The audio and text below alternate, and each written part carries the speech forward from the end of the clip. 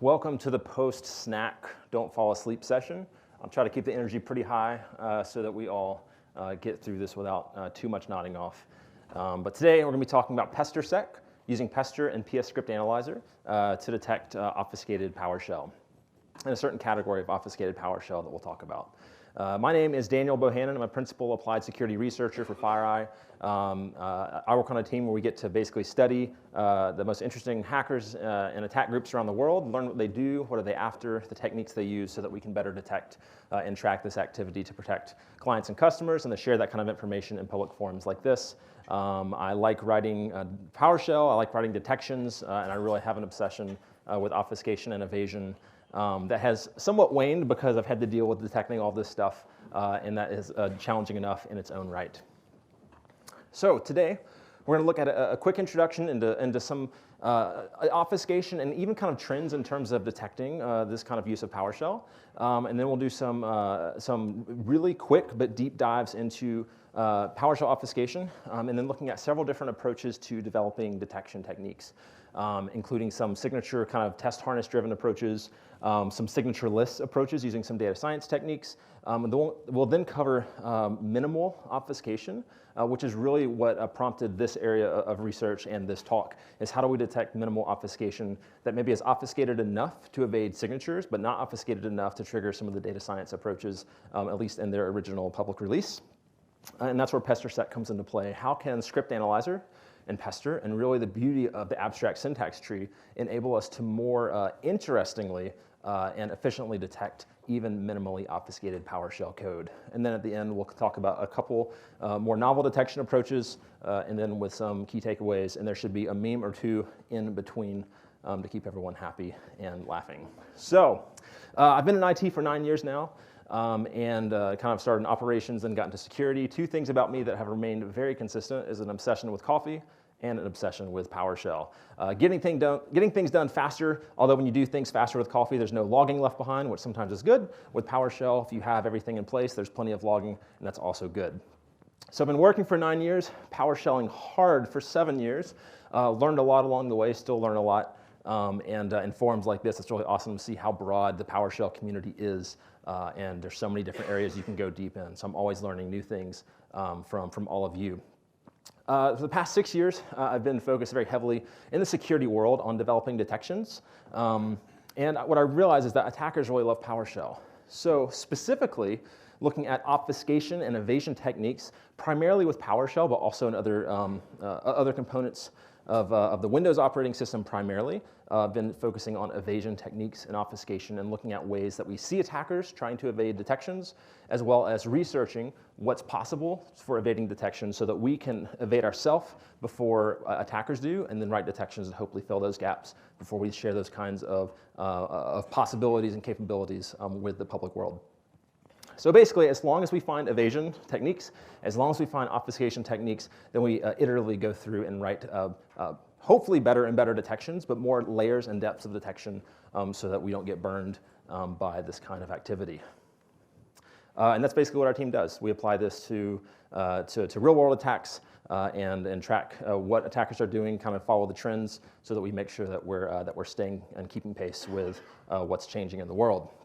So in this talk, we're going to slice and dice some PowerShell. We're also going to look at some kind of different obfuscation styles and techniques and some of the benefits if you're an attacker or non-benefits if you're a defender that they each provide. And then we'll look at some trends in detection kind of styles and techniques for this type of obfuscation. And then we'll look at signature-based approaches, signature-less based approaches, and then also more targeted feature-based approaches, which is the main purpose of this talk. So with that, a quick deep dive into PowerShell obfuscation. So I have a recorded demo here. Basically, over the past 3 years, I've tried to codify the capabilities of obfuscating PowerShell into a couple different frameworks, because for me, it allows me to almost create a fuzzer so that I can have the tools generate obfuscated code for me, that I can then generate thousands and thousands and thousands of samples and run it through my detections to see what did I miss, and let the code actually help me find things that my detections miss. So as you can see, I'm a big fan of animated ASCII art. I also really like colors. I'm the world's worst offender of using right host, but it makes me happy, and it doesn't pollute the pipeline of what's coming out, and all this can be done interactively as well. So CradleCrafter is the second project I released. Feed it a URL, and you can go through all different kinds of remote download cradles that attackers can use to download and execute content in memory. And it uses substitution obfuscation to do that. This project is Invoke-Obfuscation, which it will take any arbitrary input of PowerShell commands, scripts, whatever, and then you can go through and apply many, many layers of obfuscation. In this case, we'll apply a layer of token obfuscation, and we'll wrap it in hex encoding, and we're at now up to 4,244 characters. Copy it to the clipboard, grab another PowerShell session, throw it in there. It's going to remotely download this Invoke-Yoda, and then it's going to execute it. And as we can see in PowerShell logging, if you have ScriptBlock logging enabled, everything is logged there, including the remote content that maybe the attacker has already taken down, and the only evidence is sitting right in our ScriptBlock logs. That's really cool. Another thing an attacker could do is they could take any beginning command, whether it's PowerShell or not, and then they could throw it into Invoke-Obfuscation. This was the latest obfuscation work that I did, looking at how command.exe can be used to obfuscate payloads on the command line completely in memory. And unfortunately, command.exe doesn't have any of the awesome logging that PowerShell does. But what it shows is that you can take PowerShell code, throw it into a tool like obfuscation, and you can preserve the obfuscation of PowerShell, wrap it in the obfuscation of command.exe, and have command.exe's escaping also handle the layer of PowerShell escaping necessary inside of commands escaping, which is a whole way of saying it's a really big ball of wax, but it can handle all those layers, and then you can do something like this, which is using a for loop native to command.exe. So you take your payload, throw it into a unique variable with all the unique characters, and then index your entire command based on the index of that variable. And then in memory, when we throw this into command.exe, the standard output shows character by character being reassembled in memory. This is standard output, doesn't show up on the command line. And then at the end, it will run our same payload of PowerShell, which is performing a remote download and executing the Invoke-Yoda function. But it doesn't matter how we launch this. If that function runs, it will be recorded in the ScriptBlock logs, your 4104 event in the Windows PowerShell operational log. So that was insanely fast. That was a really quick way of showing how I spent my time over the past 3 years, when maybe I should have been going for runs or getting outside or hiking a little more. But that's why I do all the colors, to kind of have a little bit of consolation, to be like, well, at least it's pretty, kind of, right? But it just goes to show how easy it is to start to layer all this stuff up, right?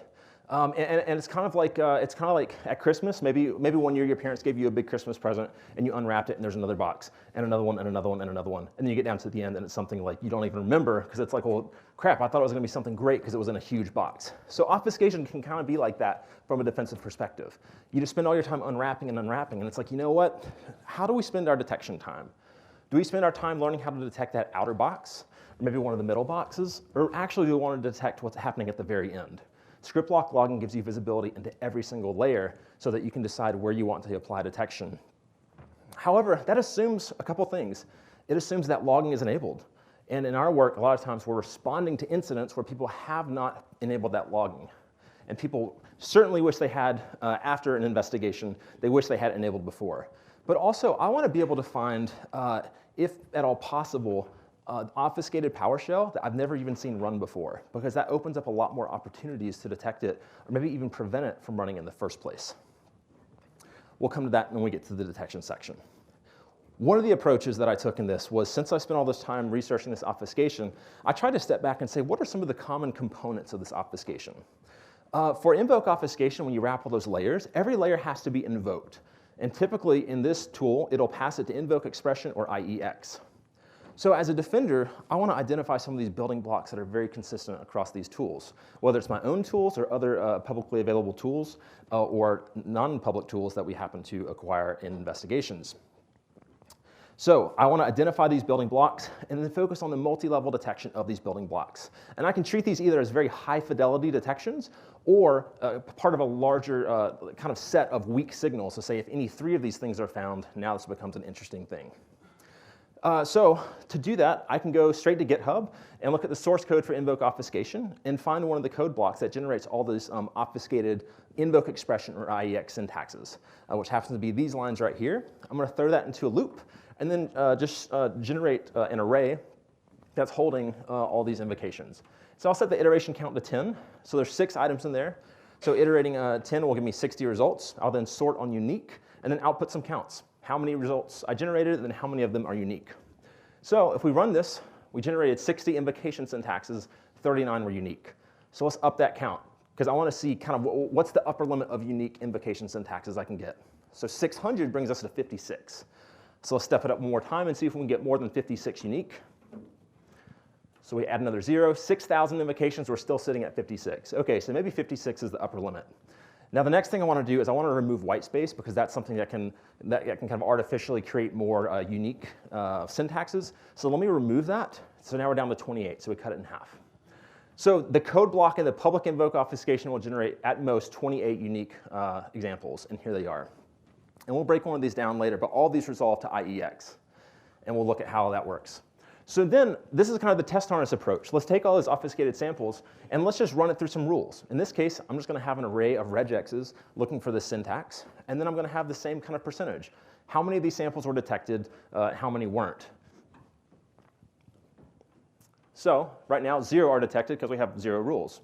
So let's fix that. Let's look at some of these samples, and let's choose one that maybe looks similar to a couple. So maybe we'll choose this, PS home, all right? PS home, the 21st and the 34th characters are an I and an E. You add an X to it and then invoke it with a dot operator. That's IEX. So let's throw it up into this regex.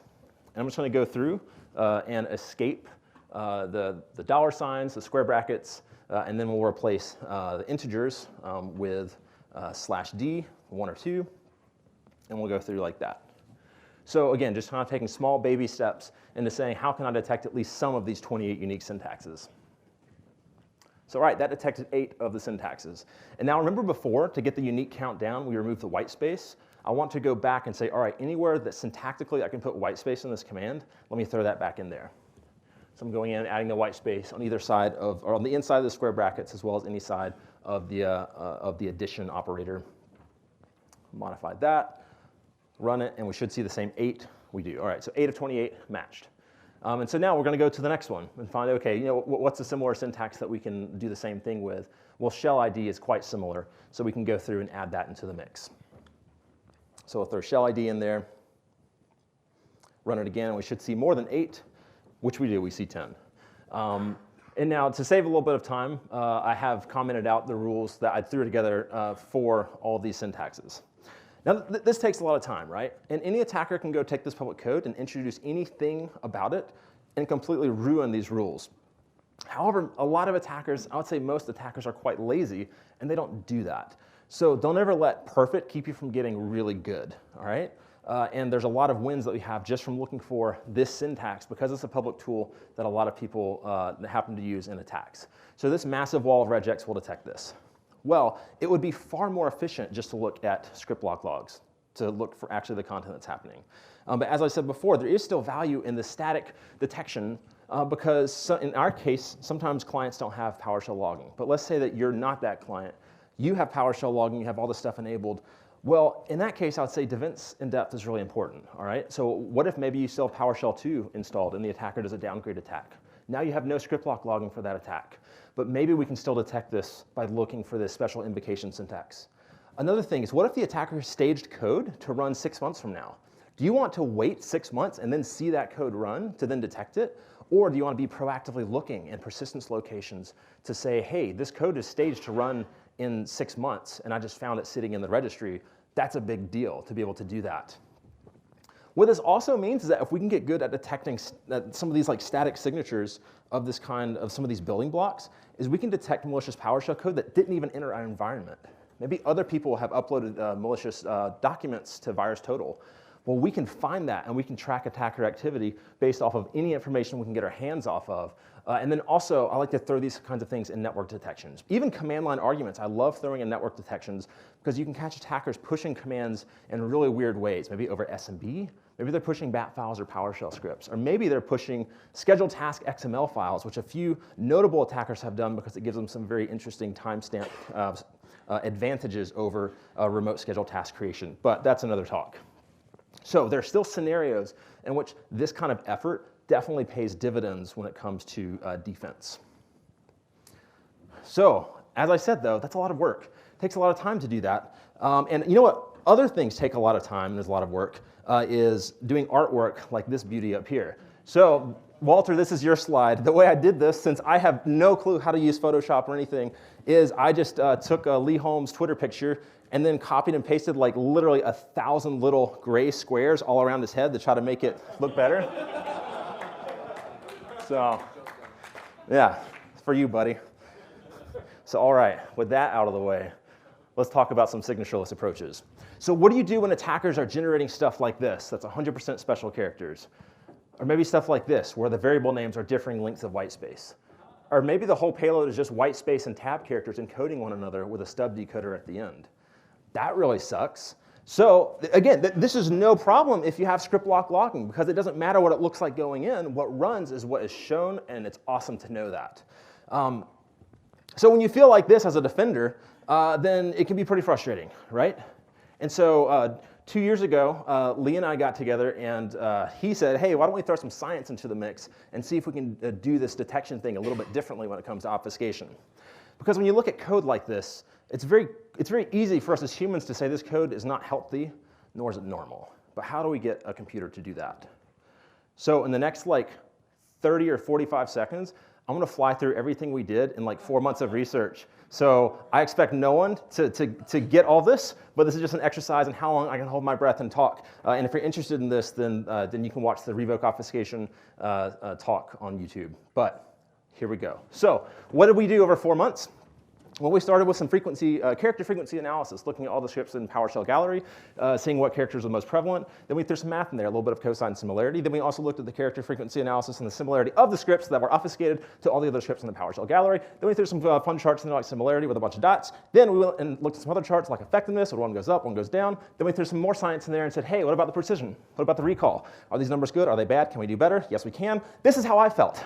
At that time, I was getting dragged around because here I am, the guy who was writing scrub PowerShell code, and I was the guy who also wrote these PowerShell programs to generate terrible PowerShell code for obfuscated content.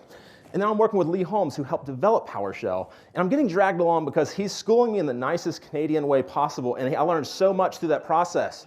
But it was really funny because here I was, and I was writing PowerShell to detect malicious PowerShell that was generated from a PowerShell obfuscator, which I wrote in PowerShell. Lee helped write PowerShell. So now the code I'm writing in PowerShell to detect the obfuscated PowerShell was too slow, so he said, why don't we have C#? So now I have a project called Invoke-Obfuscation, which is running C#, which is running in PowerShell, and then it's detecting PowerShell generated from the PowerShell obfuscator, which I wrote in PowerShell. That was 4 months of my life, and that is how I felt. But I'm a better person for it because, if nothing else, I learned the beauty of the abstract syntax tree. Now, the abstract syntax tree rocked my world, and it's what got me to this point today in this research. So when you run a PowerShell command, not only can you tokenize, which you've been able to do since 2.0, the abstract syntax tree will not only show you all the syntactical components and tokens of a command, it'll also show you the relationship to one another. This is insanely cool. And in Invoke-Obfuscation, we use this to basically extract a bunch of features, throw some more math in there, do a little bit of linear regression, logic function, which we call logistic regression, and then we have some nice arrows in there to kind of, in the model training itself, to get to an appropriate response. And then we have good numbers that are red and that are nice and that are 10 times better defining obfuscated content before when we were doing the character frequency analysis. So that was Invoke-Obfuscation. Seattle has some good coffee here. This is really fun. So Invoke-Obfuscation highlights. It's a signatureless approach using data science techniques. And part of that, we also released the world's largest corpus of PowerShell scripts, over 400,000 PowerShell scripts, which we scraped from all public places. That was really fun as well. And this is also my first real PowerShell module that I pushed to the PowerShell gallery. So all the fine tuning and finesse and the self-documentation and the help and all that stuff, it was really cool, and it made me really respect, in my opinion, the real PowerShell developers, like the people in this room and at this conference. So it really deepened my appreciation for PowerShell. So that was a fun summer. So after that, I was really stoked. We spent all this time doing this research. We went and presented it. We had a good time. We hugged. We cried. It was great. And then, I swear, not even 2 months later, something happened. Now, before I say what that thing is, when we look at PowerShell, when attackers are using PowerShell, before all this obfuscation stuff became more mainstream, no one used it because not many people were detecting malicious PowerShell. Now, for me, when I see unobfuscated PowerShell, typically it's just kind of bland. It's like, meh, well, It may be interesting, but it's just kind of bland. But then you have these tools come along where people can just, like script kiddies even can just generate insanely obfuscated PowerShell. In my opinion, that's like really salty. It's like, ugh, like that's disgusting. Like no thought went into it. They're just dumping salt on there. And then you have some groups that just dump layers and layers and layers and layers of salt, and it's just like completely extra salty, like just makes me gag even thinking about it. You have to dig through that whole mountain of salt just to find the underlying code that's run. What interested me and what interested this other guy who developed this tool shortly after our research was, what about minimal obfuscation?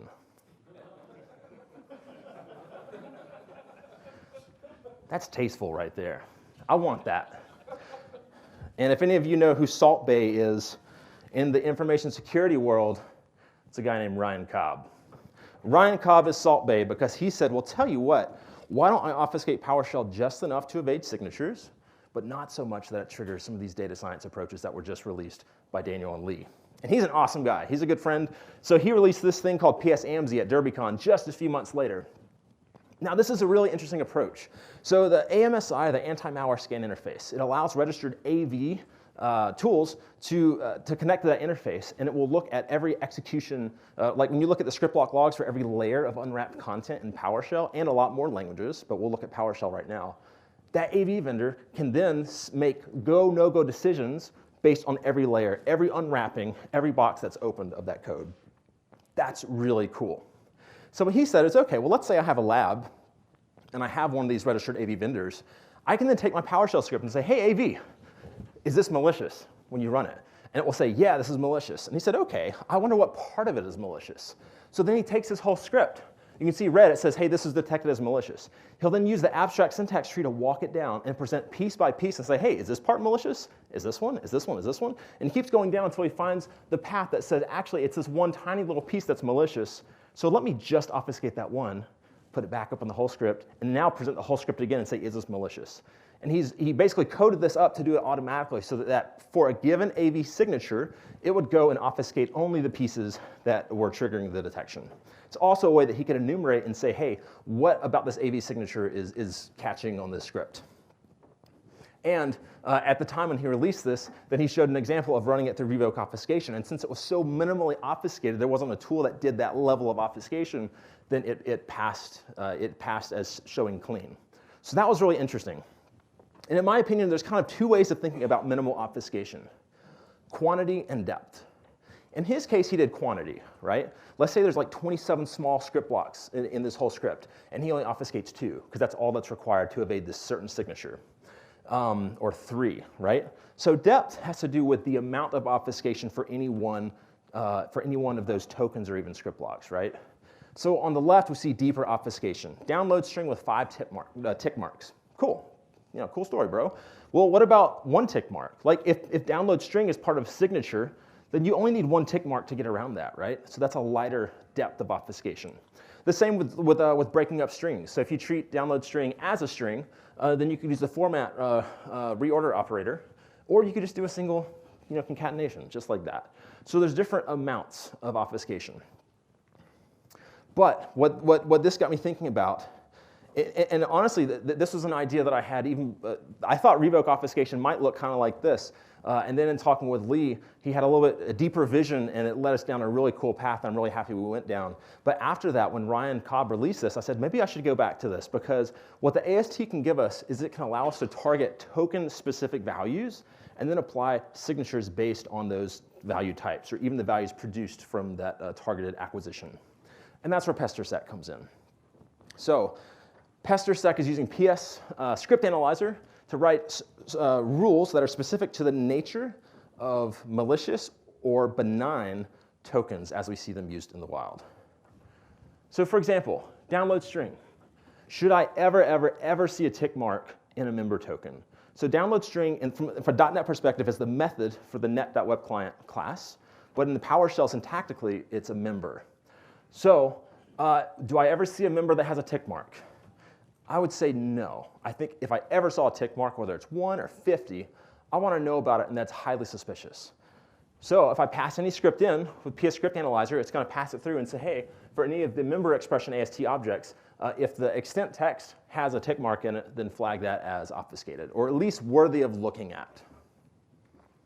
I can also kind of do reverse. I can say, okay, well, there's other things besides tick marks, right? There's the F format operator, concatenation. So maybe I'll say, I want to know if there's any non-alphanumeric characters being used in a member. And so in this case, I do a little more work, right? Like I'm trimming out, some of the quotes or parentheses, and sometimes you will see like variables used, so it starts with a $sign. So you kind of have to go through a data set, which was nice because we had this huge corpus of PowerShell scripts that's publicly available, and I use that to go through to look for what's normal and what's not. And so again, right here, we can see, okay, well, there's a plus sign in this concatenation, or over here, there would have been a -F and some commas and stuff like that. And so this will a little more generically say what is normal to find in a member, and anything that deviates from that, let's detect it. Whereas the last one said what's abnormal is a tick mark, so anytime we see that, let's go for it, right? Let's say this is interesting. So you can use both a whitelist and a blacklist approach, but again, we're able to drill down just on member tokens using the abstract syntax tree, which is really cool. Another thing, when you look at Invoke-CradleCrafter, you're not really going to see tick marks and stuff like that. You're going to see member substitution.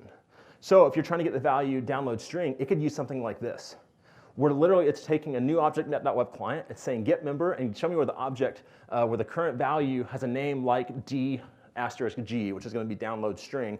That will produce in memory the string download string.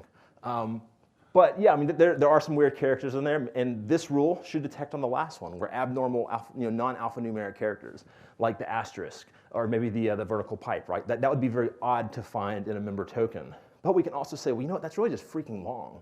So maybe we were interested whenever the length of one of these suckers is more than 35, and if that's the case, this is now interesting enough for me to consider and to look at. You can also look for tick marks in like variables. And we'll see that with obfuscated IEX. Remember I told you earlier we did that iterative thing where we're kind of fuzzing these different IEX syntaxes to write detections for it? Well, this is an example of that. So let's check it out. Whenever you have tick marks in variables, you can just pull them right out. So it's abnormal to see that, right? Now if we pull it out, then mcomspec is 27 characters long, and it's on Windows the full path to command.exe. And so we're treating it as an array, and the 4th, 15th, and 25th characters happen to be I, E, and an X. And then we're joining that with nothing, which brings it back together as a string, the string IEX, and then we're invoking it with a dot operator, which is now the same as the commandlet IEX, right? So that's how that works. There's an infinite number of ways to get strings that have the characters I, E, and an X, right? So there's no way you can nail down every single combination, but this is a way where we can say, okay, if someone ran this through one of these tools, where it's going to automatically throw tick marks in there, then I want to detect that. So any variable with tick marks now becomes interesting to me. Also looking at non-alphanumeric usage in variables. Again, look for known bad, which we'd say is tick marks in variables, and then turn around and say, well, what's normal in variables? And now let me look for anything that deviates from that. And so we're just doing the reverse approach here. This will detect things like ISE steroids, which will take variables and convert it to these special characters. So again, I've written rules that look for underscores, slashes, equal signs of this exact length, and it's a really nice way to find ISE steroids. But this is a more generic way of detecting it for the much looser rule, so that if someone goes and modifies the length of those, then we'll actually still detect it. So for me, it's all about defense and depth. And one of the last examples would be, we're not just limited to, is this character present? Is this character not present? Or regex is to say, are there 4 or more of these characters, right? Because we're in PowerShell, and it's powerful, baby. So we can do stuff like saying, well, maybe we'll take a member, and we'll look at special characters versus alphanumeric characters, and we'll generate any values we want, and then say if it's more than, let's say, 50% one or the other, then that becomes interesting. So the amount of granularity that we can come up with is really, really cool. And these are just some of the rules that I have in the ScriptAnalyzer rule. And what I'll show in the demo on the next slide is this measure ScriptAnalyzer obfuscation. So this is just a wrapper function. So you can run all these with Pester. But the wrapper function kind of allows me to visualize it a little easier because some of these really obfuscated scripts just light up these rules, and it's really loud. So I took some of the obfuscated samples that you can find in the public repository of PowerShell scripts from the Invoke-Obfuscation research. And as you can see, it's going through, in this case, 30 samples obfuscated with one of the first tools that we looked at, Invoke-Obfuscation. And you can see it's nailing down all these tick marks. And it shows you not only the number of times that the rule fired in yellow, but also the number of times the unique actual values that it matched on, which are the values in white. So long member value, tick usage and argument, there's a couple of different ones firing. And again, these are signatures, but it's a different kind of signature, right? We're not looking for download string. We're not looking for actual text values. It's looking for syntactical token layer obfuscation, because this is the one kind of obfuscation that ScriptBlock logging doesn't unwind for you. It's still there in the final stage, and it's one that we have to grapple with as defenders. So we can see all the rules that fired. Non-alphanumeric usage, the more generic one, is the one that fired the most, and so we can kind of get an idea of the rules that were working, and we can also work backwards and say, show me the samples that only fired on one kind of rule, and maybe I need to find something else about that sample to write a rule against to have better coverage. Now, if we run the same thing against those things obfuscated with Invoke-CradleCrafter, this is the one that does that crazy like member substitution, right? Not going to see any tick marks here, but the member values are going to be super, super, super long, which is going to be really abnormal. Like, look how long. Those are all going to be like download string, right? Like, that's an insane length to have just for one string. And only 2 kinds of rules fire for that. So that tells me my coverage for this style of obfuscation with this limited rule set is actually not super, super great. I want to find more aspects of this kind of style of obfuscation that I can write rules against. ISC steroids, we can see the main thing it's picking up on is the special character only variable names. So we'll go ahead and stop that. And then the last one is just looking at clean, unobfuscated payloads, just to show that like it's not just firing on everything. So yeah, that's in a nutshell, that's kind of the way and approach of using the AST to extract certain features or certain like tokens of a PowerShell command or script, and then being able to write very targeted and as specific or non-specific as you want style signatures against that data. So a few other ideas to consider when it comes to detection. One thing that we can use the AST for as well is to write almost like either like loose, maybe like fuzzy fingerprints of known bad PowerShell payloads or styles of payloads, or even anomalous like quantities of certain things. So what I mean by that is we could take a PowerShell script and use the AST to parse out all of the commands and the group on the commands or the commandlets that are being run. You could do the same thing with a 4103, with recompiling with all the, or like re-aggregating all of the module logs from code that executed. In my opinion, I would rather not do that because that means something already ran on my system. I'd like to inspect it before it did run. But also, if you have a huge code block, and let's say that, only 10% of the code ran, because that's how much is in this like switch block. Well, I'd rather do analysis on the full payload as opposed just to the percentage that ran, because maybe I'm running it in a sandbox and the wrong percentage runs because this thing is like keyed to the environment variables or to the domain or something like that. But in all honesty, if you can do both approaches, that's even better, because attackers can use that to their advantage if you're only using one.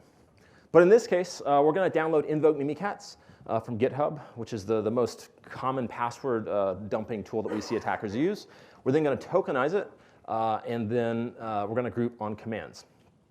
And so what we'll see here is the most prolific commandlet in Invoke Mimikatz is out null. And you can see it being used here when it's doing all these define literal instantiations.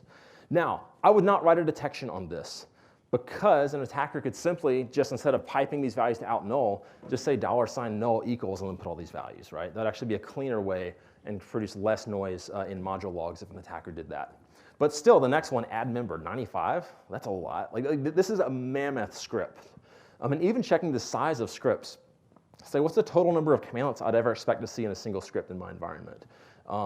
Or do I have any scripts that have more than 50 of any one commandlet, right? So we can kind of start to fingerprint what's normal in our environment and then write rules against that. Now, some people would call this baselining, and it is kind of baselining. And so I don't want it to sound like I'm saying baselining is easy because it's freaking hard.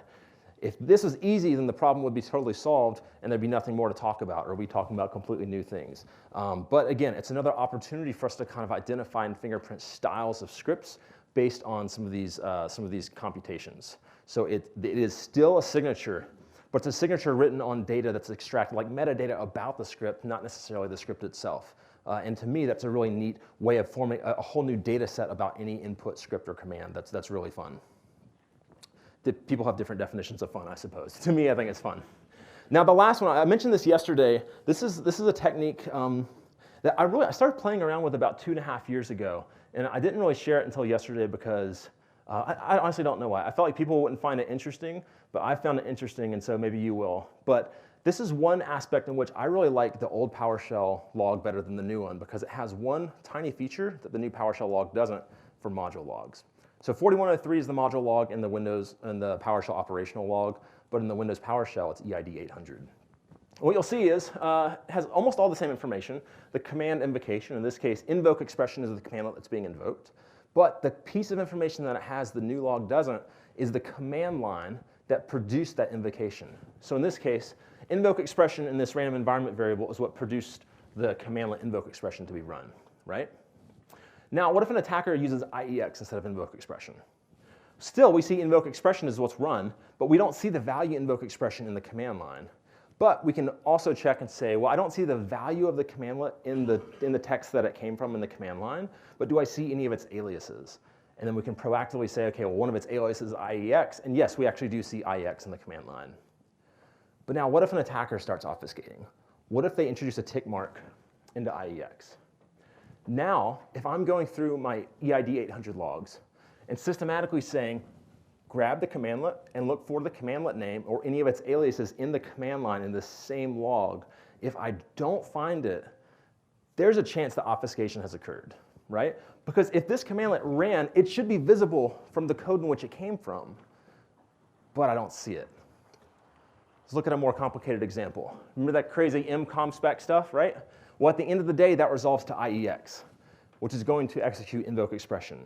But again, Invoke-Expression, this commandlet that was invoked, I don't see it or any of its aliases anywhere in the command line from which it came. And this command line isn't like process command line. It's almost like ScriptBlock of the overall code that's being run. So again, this is a fascinating difference in the two PowerShell logs, but the fact that it provides both of these pieces of information in the same event log, we don't even have to query different data sources to then do this diff. It's all in the same place. And in my opinion, it's a really cool return on investment for looking for obfuscation. Now, false positives for this would be a scenario where maybe you have a remote download cradle, right? And then it's running, let's say, write host. Well, you're not going to see write host anywhere, right? That's going to be what's running remotely. And so this is why the PowerShell logging, each log has its own advantages, right? And so when you pull all of them together, then you can do some really, really cool stuff from a detection perspective. And this whole talk has only been about detection. The amount of preventative capabilities in PowerShell is a whole nother talk, and Lee Holmes and others have done a really good job of explaining that. So if you've already got, most of my time is trying to convince people to get to PowerShell 5 and enable this logging, because like most people don't have any of that stuff. So man, like if you're doing that and your organization is on fire about that, then definitely check out the preventative stuff, because it'll keep you from having to do these investigations because you prevented the code in the first place, right? And that's really cool. All right, one or two slides. So the takeaways here. PowerShell obfuscation is easily accessible, and it's used very frequently and in differing amounts of complexity and layers and tastefulness, as we so eloquently saw with different saltiness levels. PowerShell ScriptBlock logging will deobfuscate every layer of PowerShell obfuscation except for the last one, and that's where this kind of stuff comes into play to detect that token layer obfuscation.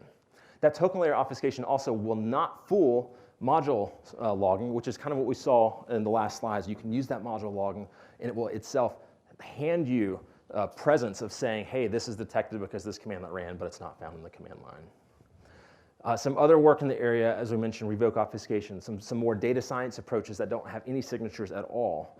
And then the minimal obfuscation kind of, I wouldn't call it a movement, but the presentation of this kind of tool that will minimally obfuscate to try to be obfuscated enough to evade signatures, but not enough to hit some of the more data science approaches to detect it. And this is where Pester comes in. This is where really it's just leveraging the abstract syntax tree and using a framework like PS ScriptAnalyzer to allow us to very easily manipulate and to aggregate metadata about these scripts to then make very different styles of signatures, but still signatures nonetheless for that behavior. And lastly, this is the feeling that if you are that forward-leaning organization where you have all the stuff enabled, you have preventative measures, that's a good feeling, right? And you have this defense in depth. And if that's your organization, then you should really be proud of that, and like you should own it. And I would love to say hello, because I meet very few organizations like that. But perhaps this is something that we can all aspire to and encourage one another to do, because at the end of the day, We all have to stick in this together when it comes to security. We all have a lot to learn. We all have information to share, whether it's our failures or successes. I personally learned far more from failures. I think typically we as humans have a harder time to share those failures, but man, if we can be honest and open and humble about it, then we can learn so much from each other and really together collectively get to a better place in terms of security. And at that point, we can allow the rest of the people to focus on what it is their mission is within their company, their organization. And then we can laugh more at memes like this as opposed to crying, thinking about the day that we might get there. So that's my motivational soapbox. That's my talk. I really appreciate your time. And before we ask for questions, just want to say thank you very much.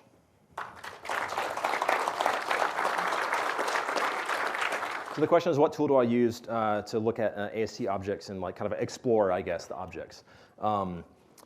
I honestly usually Google messages that Lee Holmes sent me a couple years ago, and remember that syntax to play around with it. There's the what's the GUI-based tool? It's like show AST. That's a really nice GUI. It's in the PowerShell gallery as well. It's a nice way to throw in any code and even kind of like expand out and look at all the different nodes. But yeah, when I just do it on the command line, I'll just honestly just group on the types and then look at what's there. But I'd admit it's not the most sophisticated way to explore very complex structures. I'm usually looking at very small pieces to write signatures against and then kind of test it against larger ones. But does anyone else have any like AST like tools that they use? There's several AST talks here that are really, really interesting, and I definitely have some videos to catch up on. So I am buying. There are far more qualified people in this room likely to even talk about AST. All right, well, show AST is the most interesting one that I know. So good question. Yeah, it is. So it's aka.ms/ PowerShell corpus. Yes. Yeah. So knock yourself out. It's a lot of data. Oh, I'm sorry. So the question was the corpus of like 400,000 plus PowerShell scripts that Lee and I put together for the Invoke-Obfuscation research. So it's aka.ms/ PowerShell corpus. Oh, excellent question. Yeah, so PowerShell logging, the question is PowerShell logging is really robust and really awesome. So if an attacker runs something like invoke mimikatz, which is going to create a lot of logs, then how do you deal with that? So this is where centralizing logs off of the endpoint is super, super important. Because not only might an attacker intentionally or even unintentionally roll those logs, they also will likely go and try to delete the logs from the endpoint. And if those logs have already been forwarded off to another system, now if they want to delete those logs, they have to get access to the other system and do a lot more work. So using something like Windows event forwarding is native from one Windows system to another, or there's some other, like if you use Splunk, you can use a Splunk universal forwarder. There's a couple other open source tools out there to forward from a Windows system to a syslog server as well to get those logs off to a centralized system. But yeah, excellent question. Yeah, so the comment was encouraging people to deploy, to encrypt. What's the name of that feature? I'm not sure for encrypting the ScriptBlock logs on the endpoint. Yeah. So basically encrypting the ScriptBlock logging. Otherwise, anyone, even without administrator access, can locally on that system query all the PowerShell scripts that have been running. And if you have any credentials in there that aren't in secure string objects, then that's a bad day for you. That'd actually be an interesting talk. I don't know if there's been a talk like that, or if anyone. You seem like you know a lot about this subject, good sir. All right, well, thank you so much for your time. Again, I'll be around, and I look forward to saying hello.